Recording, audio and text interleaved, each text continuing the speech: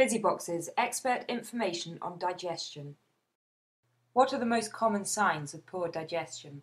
The most common problems of poor digestion are, number one in sequence, feeling sleepy after a meal. So rather than feeling nourished, you feel worse.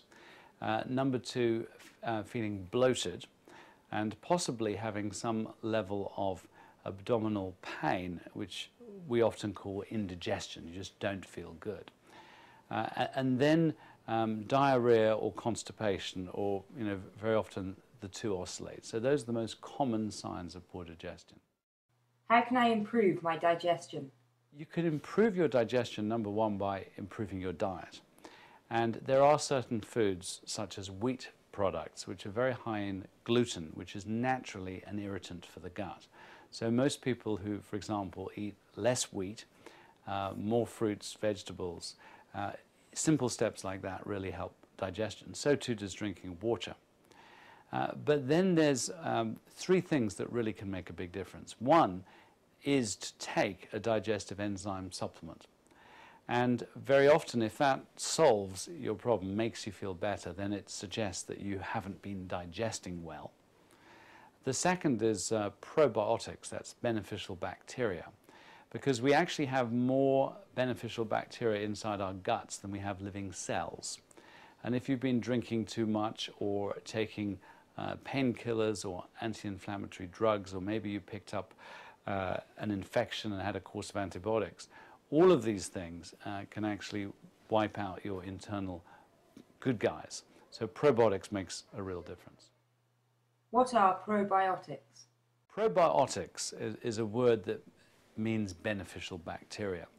And inside us, particularly in the digestive tract, but also in the blood and the skin and the lungs, we have a lot of bacteria.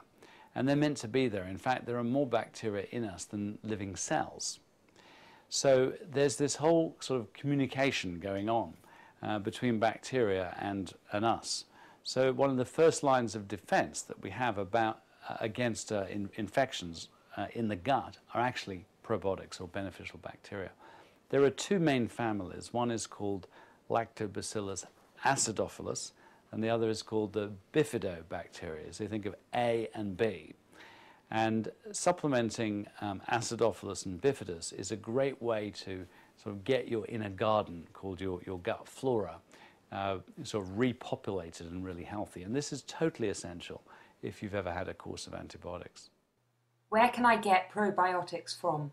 Traditionally, if we go back in humanity's history, you can get bacteria from food. Nowadays, we actually clean our food so much, there's less bacteria in food.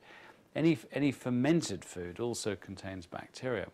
But in the days of old, the kind of diets we were eating would actually feed the internal bacteria that are inside you. Now, the problem is if you drink a lot of alcohol or you've had a course of antibiotics, for example, or a gut infection, it can wipe out that inner population of bacteria, and then it's worth supplementing them. Now, you can take them in a drink, but some of these drinks, well, they're mainly milk-based, and if milk doesn't suit you, that's not great. And quite a few have a lot of sugar in them as well. So the ideal is to have something that doesn't contain sugar, doesn't contain dairy. And the most cost-effective is to buy a probiotic powder or a probiotic capsule, which contains acidophilus and bifidobacteria, because they're the two main families we need. www.bizzibox.com